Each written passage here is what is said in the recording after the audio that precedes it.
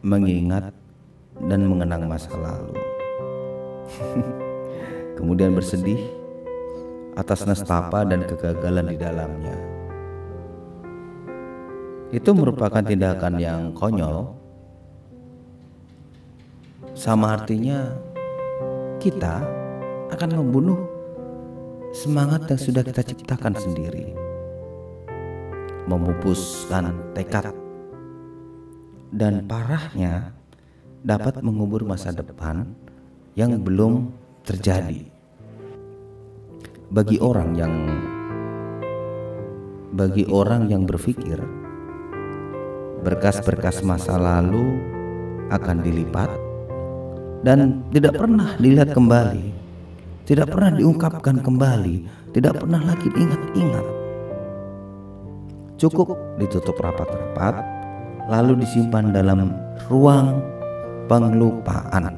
Ingat, kita harus menciptakan ruang untuk masa lalu. Mana ruang masa lalu yang membahagiakan? Mana ruang masa lalu yang menyedihkan? Mana ruang masa lalu yang konyol? Nah, ketika ruang-ruang itu telah diciptakan, ruang-ruang itu telah tertata di dalam memori kepala kita, janganlah kita melupakannya. Biarkan dia ada di situ. Dan janganlah kita selalu mengingat-ingat, apalagi kita kembali ke masa lalu yang menyedihkan. Buat gua sih enggak banget deh. Kita udah pernah terjerumus, masa sekarang kita akan mengulangi lagi. Aduh, apa kata dunia?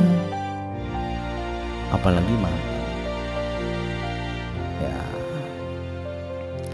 tidak usahlah mantan itu muncul kembali. Karena apa? Kalau kita mengingat masa lalu dengan mantan dan akan mengulanginya lagi, wow, kita sendiri yang akan rugi. Karena apa? Di masa depan ini masih ada, atau Tuhan masih menyiapkan seseorang yang lebih baik daripada mantan. Lu balik ke mantan, padahal di depan lu nih ada sesuatu sosok yang lebih mengasihkan daripada mantan. Rugi gak kita? Makanya dari itu, janganlah kembali ke mantan. Janganlah kita berusaha balik ke masa lalu. Simpanlah masa lalu itu. Jangan terusik lagi. Udah, biarkan dia di sana. Biarkan masa lalu itu hidup di dalam ruang-ruang itu. Jangan diusik. Biar masa lalu itu biar jadi tenang. Biar masa lalu itu hidup senang di ruang penyimpanan tersebut.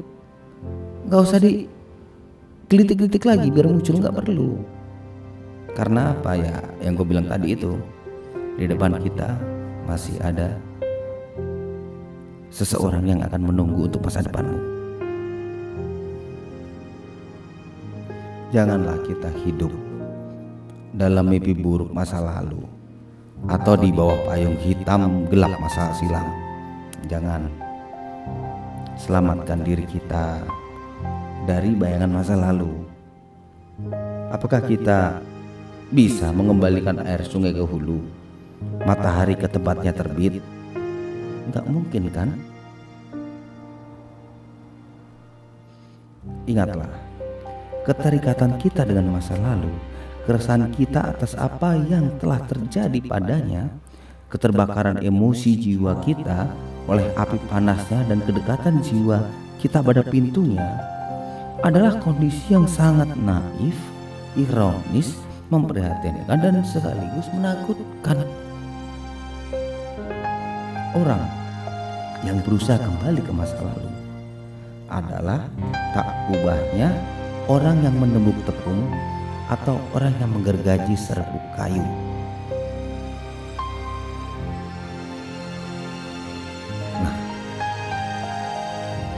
muncul pertanyaan di dalam otak kita. Bagaimana dengan masa lalu yang membahagiakan? Kalau gua bilang itu bukan masa lalu, tapi itu adalah proses untuk menuju ke masa depan. Gak mungkin kan masa lalu kita bahagia, setelah itu tidak ada proses selanjutnya. Gak mungkin. Seperti hanya begini. Dulu